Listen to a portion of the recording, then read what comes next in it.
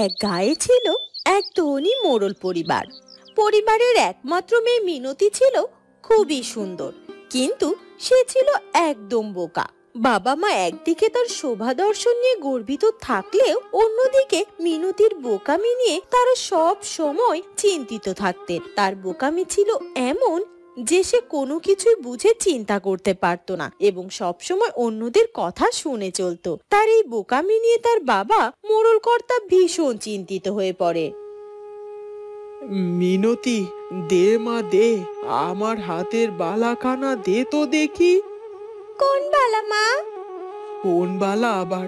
আমার স্বর্ণের বালাজোড়া, যে বালাজোড়া আমি সকালে পুকুরে নাইতে যাওয়ার আগে তোকে রাখতে দিয়ে গিয়েছিলাম, ওটার কথাই বলছি। ও, ওই বালা জোড়া? ওই বালা জোড়া তো আমি এক মাসিকে দিয়ে দিয়েছি মা। মাসি সকালে চুরি পিতা ফিরি করতে এসেছিল। আমার না দুমুঠো কাচের চুড়ি অনেক পছন্দ হয়েছিল, কিন্তু আমার কাছে তো কোনো পয়সা ছিল না। আর মাসি বলল তোমার হাতের বালা জোড়া বেশ সুন্দর, তাই আমি তোমার ওই বালা দুটো দিয়ে দুমুঠো কাচের চুড়ি নিয়েছি মা। দেখো মা, কি সুন্দর না চুড়িগুলো। আমি কত ভালো কাজ করেছি তাই দেখো। তোমার মেয়েকে তো তোমরা বোকা বোকা বলো, আমি কত চালাক মেয়ে। দেখো একবার দেখো, দুটো বালা দিয়ে দু মুঠো চুড়ি নিয়েছি। হায় হায় হায় হায়, কি সর্বনাশ করেছিস তুই মুখ পুরি! আমার সোনার বালা দিয়ে তুই কি না কাচের চুড়ি রেখেছিস? তোর মতো বোকা মেয়েকে নিয়ে আমার হয়েছে যত জ্বালা। এখন আমি কি করি? কর্তা মশাই, আরে ও কর্তা মশাই, বসে বসে এত কি ভাবছেন বলুন তো? আগে শুনুন আমার কথা। আহ, গিন্নি, সময় অসময় এত জ্বালিও না তো আমায়। আমাকে একটু চুপচাপ আমার মতো থাকতে দাও। মেয়েটা হয়েছে অমন বোকা শোকা, আর আপনিও যদি এভাবে নিজের মতো নিজেকে গুটিয়ে রাখেন, তাহলে আমি দুটো কথা বলবো কার সাথে শুনি? তোমার ওই বোকা মেয়েকে নিয়ে তো আমার হয়েছে যত জ্বালা আর যত চিন্তা। অমনি আমার মেয়ে হয়ে গেল, তাই না? আর জন্মানোর পর যতদিন অবধি বুঝতে পারেননি যে মেয়ে অমন বোকা শোকা হয়েছে, ততদিন তো বলেছেন এটা আমার মেয়ে, এত সুন্দরী হয়েছে দেখতে, ঠিক আমার মতো। আরো কত কি! এসব বাজে কথা বন্ধ করো, যা বলতে এসেছো তাই বলো। শুনুন, সেদিন ঘটক মশাই এসেছিলেন বাড়িতে। ওনাকে আমি বুঝিয়ে সুঝিয়ে সবকিছু বলেছি আমাদের মিনতির ব্যাপারে, আর বলেছি একটা সহজ সরল ছেলে জোগাড় করতে। ঘটক মশাইকে বুঝিয়ে সুঝিয়ে বলেছো? মানে আমাদের মেয়ে যে গন্ড মূর্খ আর বোকা, এ কথা তুমি ঘটক মশাইকে বুঝিয়ে বলেছো তো? হ্যাঁ বলেছি, তাতে কি হয়েছে? শুনুন কর্তা মশাই, উকিল বাবু, ডাক্তার বাবু আর ঘটক মশাই, এই তিনজন মানুষকে কখনো মিথ্যে বলতে হয় না, তাহলে যে নিজেদেরকে ঠকতে হয়। সি সি সি সি, এ কি সর্বনাশ করেছো তুমি! আমার মেয়ে যে এত বোকা তা আমি আজ অব্দি কাউকেই জানতে দেইনি, আর ঘটককে বলে দিয়েছো? মানে পুরো গায়ের লোক জানলো বলে মেয়েকে আমি এবার বিয়ে দেব কি করে? আরে কর্তা মশাই, আগে সবটা না জেনে বুঝে এভাবে রেগে যাবেন না তো। আপনি তো মোড়ল মশাই, আর আমি তো মোড়ল গিন্নি। বুদ্ধি ঘটে আমারও কিছুটা আছে। আমি একখানা বুদ্ধি এঁটেছি, এই বুদ্ধিতে আমাদের মেয়েকে বিয়ে দিতে পারবো আমরা। কি বুদ্ধি শুনি দেখি? ঘটক মশাইকে বলেছি একটা সহজ সরল এতিম ছেলে জোগাড় করতে, যাকে আমরা ঘর জামাই হিসাবে রেখে দেব। আর আমাদের এই মেয়ে ছাড়া তো আর কেউ নেই, আর আপনার এই সহায় সম্পত্তি মেয়ে ছাড়া আর কেই বা খাবে বলুন তো? তাই সহজ সরল বোকা ছেলের সাথে মেয়েকে বিয়ে দিয়ে দিলে আপনার মেয়ে যে বোকা, এখানা কথা কাউকে বলতেও পারবে না। আর দুজনেই যদি বোকা শোকা হয়, তবে কারো সাথে কারো কোনোদিনও বাঁধবেও না। কথাটা তুমি ঠিকই বলেছো, কিন্তু ভবিষ্যতের কথা চিন্তা করেছো? দুজনে যদি বোকা হয় তবে ভবিষ্যৎ তো অন্ধকার। ওদের ভবিষ্যৎ নিয়ে ওদেরকে ভাবতে হবে না, আমরাই তো ওদের জন্য ভবিষ্যৎ গড়ে দিয়ে যাব। ঠিক আছে, তবে তাই করো। এরপর মোড়ল মশাই ভাবলেন তার মেয়েকে যদি এমন কারোর সাথে বিয়ে দেওয়া হয় যে কিনা বোকা, তবে সে তার সম্মান রক্ষা করতে পারবে। আর নিজে যে বোকা এ কথা কোনোদিনও কারোর সামনে প্রকাশও করবে না। কিন্তু এখন চিন্তা, কোথায় এমন পাত্র পাবে।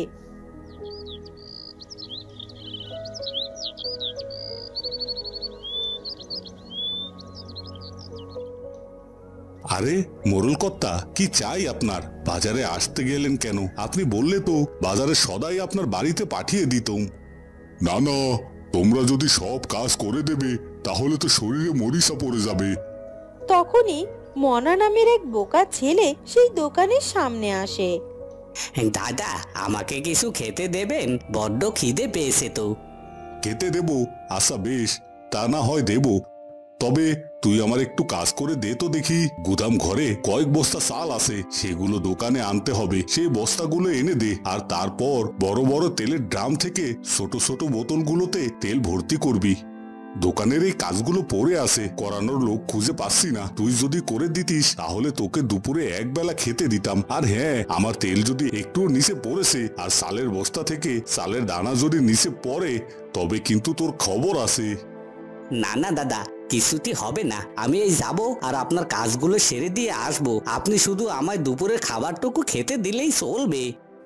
এরপর মনা নামের বোকা ছেলেটি সেখান থেকে চলে যায় তার কাজে। এই কি দোকানি, তুমি এই ছেলেটাকে এতগুলো কাজের বিনিময়ে শুধু একবেলা দুমুঠো খেতে দেবে? আজকাল তো এতটুকুই একটু কাজ করাতে গেলে কয়েকশো টাকা গুনতে হয় দিনমজুরিদের জন্য, সেখানে এই ছেলেটা কেবল এক বেলা খেতে চাইলো। আরে মোড়ল বাবু, আপনি তো এই মনাকে চেনেন না। ও গন্ড মূর্খ বোকাশোকা এক ছেলে। ওকে দিয়ে আপনি যা করাতে চাইবেন তাই করে দেবে। শুধু একবেলা খেতে দিলেই ওর চলবে। কি তিন কুলে কেউ নেই তার? এমন একখানা বোকা ছেলেই তো খুঁজছিলাম আমার মেয়ে মিনতির জন্য। আজকে যে এমন পাত্র পেয়ে যাব তা তো আমি স্বপ্নেও ভাবিনি। তার উপরে ছেলেটা নিতান্তই একা। ওর ঘর জামাই থাকতেও কোনো আপত্তি হবে না নিশ্চয়ই। ছেলেটার সাথে আমাকে আজকেই কথা বলতে হবে। এরপর মোড়ল কর্তা মনার সাথে কথা বলতে তার কাছে যায়। বাবা, তোমাকে আমি আজকের আগে কখনো দেখিনি, তবে আমায় নিশ্চয়ই তুমি চেনো। আমি কিন্তু এই গায়ের মোড়ল। আপনি আমাকে আগে যখন দেখেননি, তবে আমি বা আপনাকে দেখি কি করে বলুন তো? তবে আপনি যখন বলছেন আপনি গায়ের মোড়ল, তবে আমি সেটাই মেনে নিলাম। বাহ, ভালোই তো কথা বলো দেখছি। তা শোনো, আমি তোমার সাথে একটি ঘুরিয়ে পেঁচিয়ে কথা বলবো না, সরাসরি বলছি। তুমি কি আমার মেয়েকে বিয়ে করবে? আমি শুনেছি তুমি একটু বোকা, না মানে একটু সহজ সরল আর কি। আমার মেয়েটাও না তোমার মতোই সহজ সরল প্রকৃতির, তাই ওকে সবাই বুঝতে পারে না। তবে তোমরা যখন দুজনেই একরকম, তবে তোমাদের মধ্যে কোনো সমস্যা হবে না। তোমাদের বোকামি একে অপরকে মানিয়ে নিতে সাহায্য করবে। বা কর্তা মশাই, আপনি এর মধ্যে পাত্র জোগাড় করেও ফেলেছেন? হ্যাঁ, তুমি যেমনটা চাইছিলে তেমন পাত্রই পেয়ে গেলাম। আমি আর দেরি করলাম না, তাই মেয়ের বিয়েটা ঠিক করেই ফেললাম। তখনই মিনতি সেখানে এসে মাকে বলে, মা, বাবা, আমি আড়াল থেকে তোমাদের সব কথা শুনতে পেয়েছি। তোমরা আমার জন্য একটি বোকাশোকা ছেলে ঠিক করেছো, তাই না? আমার মতো এমন চালাক চতুর একটা মেয়েকে তোমরা বোকা ছেলের সাথে বিয়ে দেবে? বিয়েটা নিয়ে আমার কত স্বপ্ন ছিল। আহ, কাঁদিস না মা। জানিস না, ছেলেরা বউ পেটায়, নেশা ভান করে বউকে মারধর করে, আর সহজ সরল ছেলেরা বউকে অনেক ভালোবাসে, বউকে মারধর করে না, বউ যা বলে তাই শোনে। তুই কি বোকা নাকি? এইটুকু বুঝতে পারছিস না? ও মা, তাই নাকি? এটা তো আমি ভেবে দেখিনি মা। তাহলে তাহলে আমি বিয়েতে রাজি, আর আমি অনেক খুশি হয়েছি মা। এরপর মনা আর মিনতির বিয়ে হয়ে যায়। মোড়ল মেয়েকে বুঝিয়ে দিলেন, এই বিয়ে তোমার জন্য উপকারী হবে। তুমি একে অপরকে ভালোবাসবে এবং একে অপরকে সব কাজে সাহায্য করবে।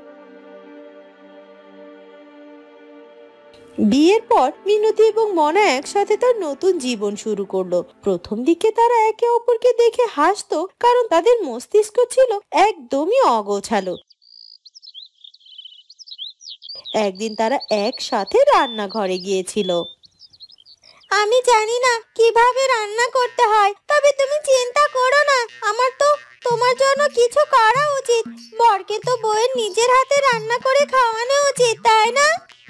এরপর মিনতি নিজের হাতে রান্না করতে যায়, কিন্তু সে সব ভুলভাল উপকরণ দিয়ে রান্না করতে শুরু করে আর মনা সেসব দেখে হাসতে থাকে। ভাতের মধ্যে কেউ হলুদ দেয় নাকি? প্রয়োজন হলে লঙ্কা গুঁড়ো দিতে পারো। আর আর তরকারিতে কেউ কি চিনি দেয় নাকি? লাগলে তুমি গুড় দিতে পারতে। তুমি সরো, এবার আমায় একটু রান্না করতে দাও। আমি তো টুকটাক রান্না করতে পারি নাকি। এরপর মনা আর মিনতি মিলে রান্না করতে শুরু করে। দুজনে যা ইচ্ছে তাই দিয়ে রান্না করতে থাকে। হয়তো সেটা খাওয়ার যোগ্য ছিল না, তবে দুজনের আনন্দঘন মুহূর্তটা ছিল বেশ দেখার মতো। মোড়ল কর্তা আমায় রান্নাঘরে যেতে দিচ্ছেন না, এই দূরে আটকে রেখেছেন, কিন্তু ওদিকে ওরা যে আমার নুন তেল সব নষ্ট করে দিচ্ছে, আর ওসব খাবার তো খাওয়াও যাবে না। দুই বোকাকে বিয়ে দিয়ে এখন কি যে জ্বালা হয়েছে। তুমি একটু চুপ করো তো গিন্নি। ওরা যেটা করছে সেটা খাওয়ার যোগ্য না হলেও ওদের হাসি মুখখানা দেখেছো? এরপর কেটে যায় বেশ কয়েকদিন। মনা একদিন এক বিপদে পড়ল। মনা আর মিনতি গায়ের রাস্তায় হাঁটতে বেরিয়েছিল। মনা গ্রামের প্রধান রাস্তার পাশে পুকুরে একটি মস্ত বড় মাছ দেখতে পেল। ওই কত বড় একটা মাছ লাফাচ্ছে, ওটা ধরে নিয়ে গেলে আমার শ্বশুর মশাই অনেক খুশি হবে। বউ, তুমি এখানে দাঁড়াও, আমি এক্ষুনি ওটাকে ধরে নিয়ে আসছি।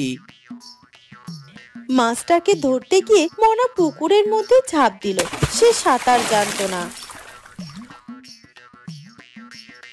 মিনতিও সেই পুকুরে ঝাঁপ দেয় আর তারপর সে মনাকে বাঁচিয়ে পুকুর পাড়ে নিয়ে আসে। এভাবেই তাদের জীবনে আরো অনেক ছোট বড় বিপদ এসেছিল, কিন্তু তারা একে অপরের ভালোবাসার জন্য সবকিছু সহজ করে নিয়েছিল। তাদের বোকামি একে অপরকে আরো কাছাকাছি নিয়ে আসছিল এবং তারা একে অপরকে সমর্থন করে এগিয়ে চলছিল। মোড়ল মশাই এবং মোড়ল গিন্নি সবশেষে নিশ্চিন্ত হলো যে দুই বোকার বিয়ে দিয়ে তিনি কোনো ভুল করেননি। বন্ধুরা, কেমন লাগলো আমাদের আজকের গল্পটি? ভালো লাগলে অবশ্যই আমাদের চ্যানেলটিকে সাবস্ক্রাইব করে দিও। দেখা হবে নতুন কোনো গল্প নিয়ে। ধন্যবাদ।